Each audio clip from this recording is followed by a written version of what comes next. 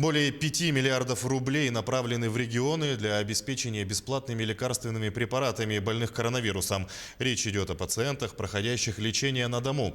Средства уже доведены до всех регионов, отчитались в федеральном центре. Якутия получила 36,5 миллионов. Когда начнут выдавать лекарства больным? В материале Ульяны Шагиной. На эти цели Якутия из федеральных средств получила более 36 миллионов рублей. Еще 9 миллионов выделил сам регион из резервного фонда.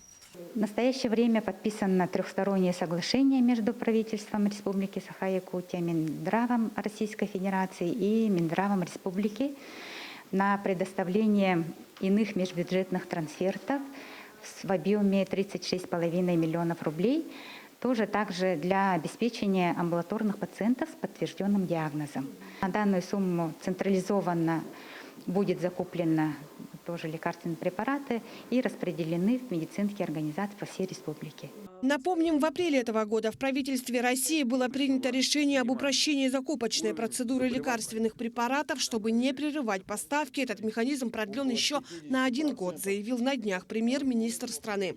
Мишустин также потребовал от руководителей субъектов максимально быстро организовать все процедуры доставки препаратов, чтобы люди смогли как можно скорее воспользоваться бесплатными лекарствами. Прошу руководителей субъектов Российской Федерации максимально быстро организовать закупочные процедуры и контроль за оказанием медицинской помощи и применением препаратов. Крайне важно организовать работу служб консультирования, доставки бесплатных лекарств для тех пациентов, которые лечатся дома.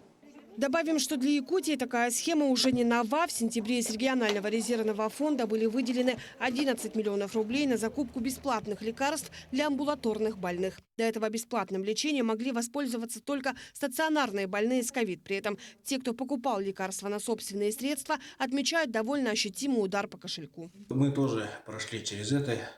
Я, к счастью, попал в больницу, а супруга с сыном лечились дома и покупали лекарства за свой счет. Получается достаточно большие суммы.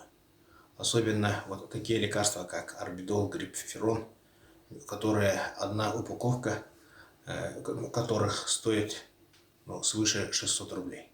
Федеральное правительство учло и этот момент. На одного пациента, лечащегося на дому, в среднем будет потрачено 7,5 тысяч рублей. Выдавать лекарственные препараты начнут примерно с конца ноября. Ульяна Шагина, Григорий Хлопков, Якутск.